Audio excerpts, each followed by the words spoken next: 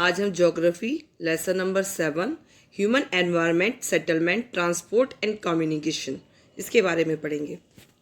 अब आप देखिए कि चैप्टर 1 में आप पढ़ चुके हैं कि प्रारंभिक मानव खाना, कपड़ा और रहने के लिए पूरी तरह नेचर पर डिपेंड था, लेकिन समय के साथ उसने नए स्किल्स को अपनी को डेवलप किया और उससे उसने क्या किया कि उसने फूड मटेरियल्स का उत्पादन करने लगा, घर बनाए उसने, और ट्रांसपोर्ट और कम्युनिकेशन को बेहतर साधनों को उसने डेवलप किया। इस तरह उसने अपने रहने का जो एनवायरनमेंट है उसने उसे अपने अकॉर्डिंग बना लिया। अब इसमें नेक्स्ट पैरे में दिया है हमें कि सेटलमेंट्स होती हैं बस्तियाँ, वो जगह होती हैं जहाँ लोग अपने लिए घर बनाते हैं। अर्ली जो ह्यूमन बीइंग था, यानी जो प्रारंभिक मनुष्य था, वो पहले पेड़ों पर और गुफाओं में रहते थे, और जब उन्होंने फसलें उगाना शुरू किया तो उनके लिए एक जगह परमानेंट घर बनाना जरूरी हो गया। और बस्तियों का डेवलपमेंट नदी घाटियों के पास हुआ, क्योंकि यहाँ पर जो पानी था वो पूरी तरीके से अवेलेबल था, जितने मतलब कि उन्हें खेती के लिए या किसी भी चीज़ के लिए ज़रूरी होता था। और धरती जो थी वहाँ की वो उपजाऊ थी, मतलब फर्टाइल थी। अब वहाँ पर उन्होंने क्या किया कि व्यापार, कॉमर्स और मैन्युफैक्चरिंग के इनके डेवलपमेंट के साथ ही मानव बस्तियाँ जो थी वो बड़ी होती चली गईं और नदी घाटी के पास बस्ती पनपने लगी और जो सभ्यता थी उसका डेवलपमेंट हुआ। क्या आपको सिंधु, टिग्रिस, नील एवं हवांग हिंग नदियों के किनारे विकसित हुई सभ्यताओं के नाम याद हैं? ये मतलब कि इस तरीके से पूछ रहे हैं। फिर इसमें बता रहे हैं कि जो सेटलमेंट्स हैं, जो बस्तियां हैं, वो परमानेंट और टेम्परेरी दोनों हो सकती हैं। जो बस्तियां कुछ समय के लिए बनाई जाती हैं उन्हें टेम्परेरी बस्तियां कहते हैं। जैसे घने जंगलों, गर्म एवं ठंडे डेजर्ट तथा माउंटेन्स में निवास करते हैं, वो टेम्परेरी बस्तियों में रहते हैं वो लोग। और वो हंटिंग, गैदरिंग और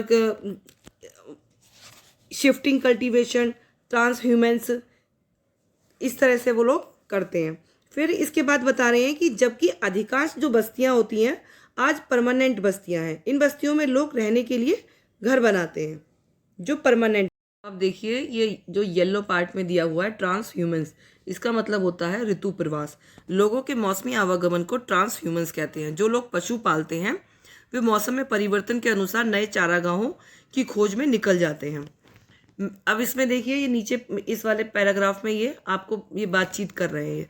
इसमें बताया कि मैरी का जन्मदिन था। केक काटने के लिए वे अपने फ्रेंड्स के साथ गुरप्रीत का वेट कर रही थी, और जब गुरप्रीत जब थकी खांसती हुई हाँफती हुई गुरप्रीत पहुंची तो उसने बताया कि आज बहुत ज़्यादा ट्रैफिक जाम था। तो जो मैरी की माँ है उसने, जो मिसेस थॉमस है, उन्होंने गुरप्रीत को थपथपा कर गहरी सांस भरी और कहा कि अच्छा, हमारे शहर में बहुत पॉल्यूशन है। प्रसाद अभी जल्दी ही गांव से आया था। उसने पूछा, शहरों में इतना पॉल्यूशन, इतना ट्रैफिक क्यों जाम होता है? शहरों में बढ़ती पॉपुलेशन के कारण डे बाय डे व्हीकल्स की संख्या बढ़ती जा रही है। और मैरी के पिता मिस्टर थॉमस ने कहा, मैरी ने पूछा, जब लोग शहर क्यों आते हैं? उसकी माँ ने उत्तर दिया, वे यहाँ नौकरी, अच्छी एजुकेशन और अच्छी मेडिकल फैसिलिटी की तलाश में यहाँ आते हैं। मैरी ने पूछा कि यदि इतनी अधिक जनसंख्या यहाँ पर शहर में आते रहेंगे तो सारे लोग कहाँ रहेंगे? तो मिस्टर थॉमस ने कहा कि यही कारण है कि अत्यधिक संख्या में जो गंदी बस्तियाँ और जो अवैध कब्जे वाली बस्तियाँ हैं वो अब दिखाई देने लगी हैं, जहाँ लोग भीड़ भाड़ एवं अनहाइजेनिक कंडीशन में भी रहते हैं। शहरों में पानी और बिजली की कमी एक कॉमन प्रॉब्लम हो गई है। प्रसाद ने कहा, हमारे गांव में बड़े सिनेमा हॉल और अच्छी फैसिलिटी वाले स्कूल और अच्छे हॉस्पिटल तो नहीं है, लेकिन हमारे यहाँ बहुत सारी खुली जो है भूमि है और सांस लेने के लिए ताज़ी हवा भी मिलती है। जब मेरे दादाजी बीमार थे तो उनको शहर के हॉस्पिटल में लाना पड़ा था।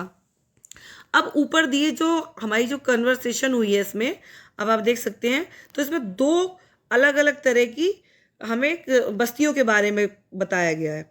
ठीक है, तो ये दो बस्तियां कौन सी हैं? एक ग्रामीण बस्ती बताई है इन्होंने और एक शहरी बस्ती बताई है। ग्रामीण हो गई रूरल एरिया और जो शहरी हो गई वो अर्बन सेटलमेंट्स हो गई बस्तियां। अब गांव की जो ग्रामीण बस्तियां होती हैं जहां लोग कृषि यानी एग्रीकल्चर, मत्स्य पालन, फिशिंग और फॉरेस्ट्री, क्राफ्ट वर्किंग यानी दस्तकारी और पशुपालन संबंधी कार्य करते हैं। ग्रामीण बस्ती जो होती हैं वो बहुत कॉम्पैक्ट और स्कैटर्ड हो सकती हैं। कॉम्पैक्ट बस्तियों में जो घर होते हैं वो पास पास बने होते हैं, और जो स्कैटर्ड बस्तियां होती हैं उनमें जो है लोगों के घर वो दूर दूर और ज़्यादा एरिया में फैले हुए होते हैं। इस प्रकार की बस्तियां मुख्यतः पहाड़ी क्षेत्रों, घने जंगल और एक्सट्रीम क्लाइमेट वाले एरिया में पाई जाती हैं। रूरल एरिया में लोग अपने एनवायरनमेंट के अकॉर्डिंग घर बनाते हैं। ज़्यादा वर्षा वाले एरिया में स्लैंटिंग रूफ्स को बनाया जाता है। जिन स्थानों में वर्षा के समय जल इकट्ठा होता है वहाँ ऊंचे प्लेटफॉर्म या स्टिल्ट पर घर बनाए जाते हैं। हॉट क्लाइमेट वाले एरिया में मिट्टी की मोटी दीवार वाले घर पाए जाते हैं जिनकी छतें फूस की बनी होती हैं, और वहाँ पर लोकल मटेरियल जैसे पत्थर, पंक और चिकनी मिट्टी, तर्ण, इन चीज़ों का यूज़ करके वो घर को बनाते हैं। अब ये कह रहे हैं कि नगरीय बस्तियाँ यानी जो अर्बन सेटलमेंट्स में नगर छोटी और शहर उनसे बड़ी बस्तियाँ होती हैं। नगर यानी टाउन्स और शहर यानी सिटीज़। अर्बन एरिया में लोग मैन्युफैक्चरिंग, ट्रेडिंग और सर्विसेज में कार्यरत होते हैं। अपने स्टेट के कुछ गांव, नगरों और शहरों के नाम लिखिए। फिर ये नीचे बता रहे हैं ट्रांसपोर्ट के बारे में। अब ट्रांसपोर्ट में ये कह रहे हैं कि ट्रांसपोर्ट लोगों और सामान को लाने ले जाने का एक साधन है। पहले पुराने समय में अधिक दूरी की यात्रा जब करते थे तो उसमें बहुत टाइम लग जाता था। उस समय लोग पैदल चलते थे और अपने सामान को ढोने के लिए पशुओं का उपयोग करते थे। और जब पहिए का इन्वेंशन हुआ तो उससे ट्रांसपोर्ट जो हुआ वो आसान हो गया, और समय के साथ ट्रांसपोर्ट के और जो साधन थे उनका डेवलपमेंट होता गया। लेकिन आज भी लोग ट्रांसपोर्ट के लिए पशुओं का उपयोग करते हैं। हमारे कंट्री में जो पशु जिनका यूज़ किया जाता है उनमें गधे, खच्चर, बैल, ऊँट, इनका उपयोग किया जाता है। और साउथ अमेरिका में एंडीज माउंटेन के एरिया में लामा का यूज़ होता है। जैसे तिब्बत में याक का यूज़ होता है। प्रारंभ में अन्य देशों के व्यापारियों को भारत पहुंचने में बहुत समय लगता था, कई महीने लग जाते थे। वे सी रूट से या फिर लैंड रूट से आते थे। सी रूट यानी कि समुद्री मार्ग से। एरोप्लेन ने ट्रांसपोर्ट को बहुत फास्ट बना दिया। आज भारत से यूरोप की यात्रा करने में केवल 6 से 8 घंटे का समय लगता है। इस प्रकार ट्रांसपोर्ट की मॉडर्नाइजेशन हुआ तो इससे मॉडर्न मीन्स से हमारा क्या हुआ, हमारी टाइम और एनर्जी दोनों की बचत। देखिए अब ये ट्रांसपोर्ट के बारे में बता रहे हैं। ट्रांसपोर्ट के 4 मुख्य साधन होते हैं: रोडवेज, रेलवेज, वाटरवेज और एयरवेज। पहला बताया है रोडवेज। तो रोडवेज के बारे में बता रहे हैं कि कम डिस्टेंस के लिए सबसे ज़्यादा यूज़ रोड का किया जाता है, और सड़कें जो होती हैं उसमें पक्की और कच्ची दोनों तरह की होती हैं। और प्लेन जो एरिया होता है वहाँ पर सड़कों का बहुत ज़्यादा जाल सा बिछा हुआ है। डेजर्ट, फॉरेस्ट और हाई माउंटेन्स के स्थानों पर भी सड़कें बनी हुई हैं, और जो हिमालय माउंटेन पर भी मनाली लेह हाईवे वर्ल्ड के सबसे ऊंचे सड़क मार्गों में से एक है। और जो अंडरग्राउंड जो रोड बनती हैं उन्हें अंडरपाथ कहते हैं, और जो फ्लाईओवर ओवरहेड स्ट्रक्चर के ऊपर बनाए जाते हैं। फिर ये नीचे हमें रेल मार्ग के बारे में बता रहे हैं। तो यानी कि इसे रेलवेज कहते हैं, जिसको कि ये कह रहे हैं कि रेलवे के द्वारा तेजी से और कम खर्च में लोगों को आना जाना और उनके भारी सामानों को ये ढोने का कार्य करता है। स्टीम इंजन की इन्वेंशन से जो इंडस्ट्रियल रिवॉल्यूशन है उससे क्या हुआ है कि रेल ट्रांसपोर्ट की स्पीडी डेवलपमेंट में हेल्प हुई है। और डीजल और इलेक्ट्रिक इंजनों ने व्यापक रूप से स्टीम के इंजनों का स्थान ले लिया है। और जो सुपरफास्ट जो ट्रेन है से ट्रांसपोर्ट की गति और तीव्र हो गई है।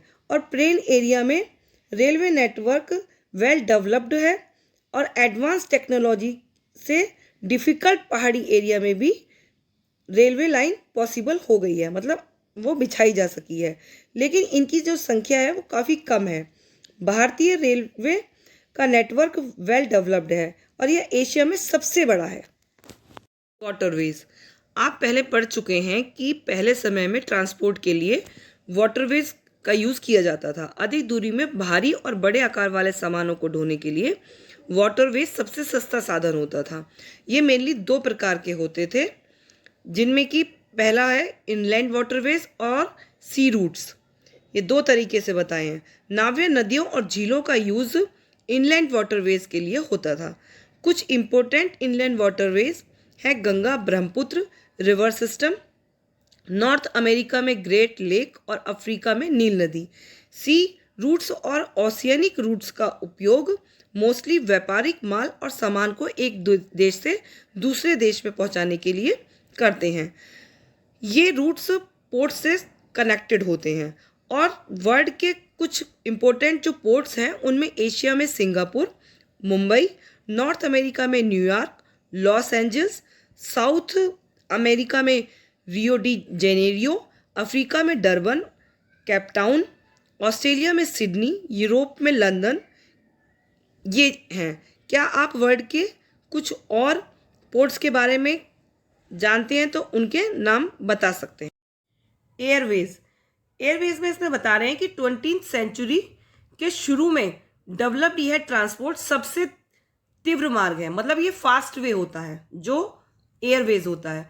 फ्यूल की कॉस्ट अधिक होने के कारण ये बहुत एक्सपेंसिव होता है और एयर ट्रैफिक खराब मौसम में जैसे कि फॉग होता है, तूफान होता है, उससे ये अफेक्टेड होता है। तो यातायात का यह एक अकेला साधन है जो कि उन जगहों पर भी जा सकता है जहाँ के जाना मतलब कि बहुत ही मुश्किल होता है, जहाँ विशेष रूप से जहाँ सड़क नहीं होती और रेल मार्ग नहीं है, वहाँ पर हेलीकॉप्टर उन जगहों पर जा सकता है। और संकटकालीन स्थितियाँ जो होती हैं, जैसे कि बाढ़ आ जाती है, इस तरह का कुछ भी आता है, तो उस स्थिति में ये लोगों के लिए भोजन, जल, कपड़े और दवाएं बांटने के लिए भी बहुत ही उपयोगी साधन होता है। और आपको 7.9 जो फिगर है उसमें दिखाया भी हुआ है। और कुछ इंपॉर्टेंट जो एयरपोर्ट्स हैं वो Delhi, Mumbai, New York, London, Paris, Frankfurt और काहिरा हैं। कम्युनिकेशन। कम्युनिकेशन दूसरों के पास तक मैसेज पहुंचाने का प्रोसेस है। डेवलपमेंट और टेक्नोलॉजी के साथ मानव ने कम्युनिकेशन के नए नए और फास्ट मोड डिवाइस को डेवलप कर लिया है। फिगर 7.10 में कम्युनिकेशन सिस्टम के विकास को एक्सप्लेन करता है। इसमें जो 7.10 जो फिगर दे रखी है उसमें बता रहे हैं ये है कम्युनिकेशन। तो ये कम्युनिकेशन में बता रहे हैं कि कम्युनिकेशन के फील्ड में विकास से वर्ल्ड में इंफॉर्मेशन रिवॉल्यूशन यानी सूचना क्रांति आई है। इंफॉर्मेशन प्रोवाइड करने के लिए, एजुकेशन तथा एंटरटेनमेंट के लिए कम्युनिकेट के विभिन्न साधनों का उपयोग होता है। न्यूज़पेपर, रेडियो तथा टीवी के थ्रू हम बड़ी संख्या में लोगों के साथ कम्युनिकेट कर सकते हैं, इसलिए इनको मास मीडिया कहते हैं। सैटेलाइट से कम्युनिकेशन में तेजी आई है। तेल की खोज, survey of forest, underground water, mineral wealth, weather forecast यानी मौसम का पहले से पता चल जाना, एंड डिजास्टर वार्निंग आदि से सैटेलाइट हेल्पिंग होते हैं। इसमें जो है सैटेलाइट ने मतलब हेल्प किया है। अब हम इंटरनेट के थ्रू इलेक्ट्रॉनिक मेल, ईमेल भेज सकते हैं। आज सेलुलर फोन के थ्रू वर्ल्ड वाइड यानी कि विश्व भर में केवल इंफॉर्मेशन और इंटरेक्शन ही नहीं होता, बल्कि इनसे हमारी लाइफ ज़्यादा कंफर्टेबल हो गई है। अब हम घर बैठे ही रेल, एरोप्लेन, सिनेमा, होटल तक के टिकट भी रिजर्व करवा सकते हैं। और पूरे वर्ल्ड में इस प्रकार इंटरकनेक्टिविटी हो गई है लोगों के बीच, सर्विसेज में, इंस्टीट्यूशन में होने के कारण आज हम एक लार्ज ग्लोबल सोसाइटी के रूप में विकसित हो रहे हैं। ओके, अब इसी के साथ ही ये चैप्टर आपका कंप्लीट होता है। Thank you.